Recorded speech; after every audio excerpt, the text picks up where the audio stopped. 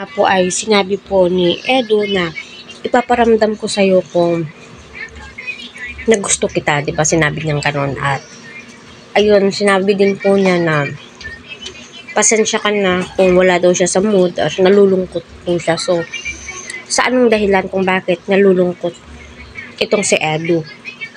So, halata naman po sa mga mata ni Eds, no? Napakapungay po ng mata ni Eds, So, bakit ko ba nasabi na mama ni Viancy ay apektado? Yes, maaapektuhan po talaga ang nanay ni Viancy, dahil nga po sa mga nangyayari ngayon, patungkol po dyan, na nababash, so, ika nga nila, close issue na po, pero di po talaga maiiwasan na hindi mapag-usapan. Pero wala naman pong galit kay Viancy na nagmumura. More on advices po ang binibigay po nila, which is, yun po yung kailangan ni Viancy, mga advice, no? Hindi naman po natin pwedeng pagsabihan na, ay, ganito, ganyan, hindi, no?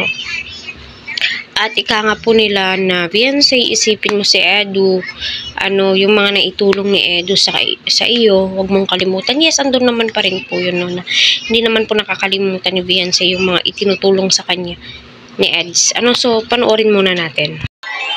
Talaga? Para ako wala sa sarili ngayon. Sorry. Nakapagod na. Mamaya po, pahinga na po kayo maaga. Kayo mag-selfie. Kasi magkasakit.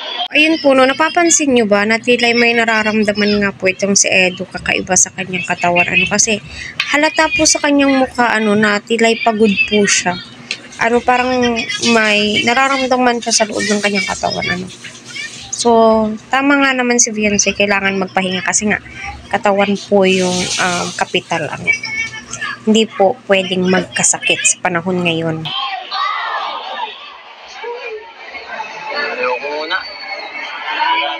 Gusto muna kitang makausap. Makasama. Mas matagal. Kasi, alam mo, bukas, uwi na tayo. Gana. Hindi natin alam kung kailan tayo babalik rito. Enjoy na lang natin yung gabing to. Aling gabi. Cebu.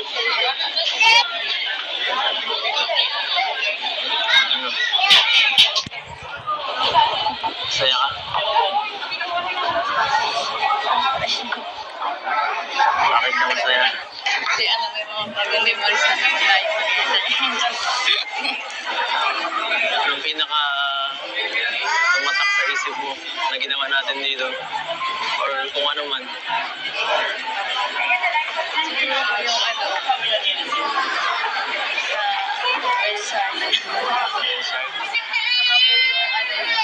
Siguro yung talagang first time ko mag-ganun.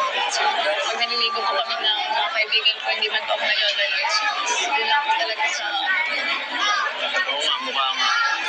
Kita ko nga. Hindi ako din mo katatanong. Tumatak sa ito. Ako lahat. Ako halos lahat. Simula nung sa pagpunta sa garden. Siyempre, nung unang araw. Tapos, pangalawang araw naman sa canyoneering. Sobrang ganda. Yung pagtalon-talon na tapos yung whale shark. At ang pinakamahalaga dun, kasama ka. Sana buo lahat. Kompleto lahat. Sobrang saya. Diba?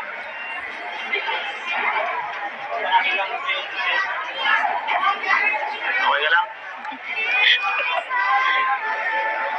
Pala.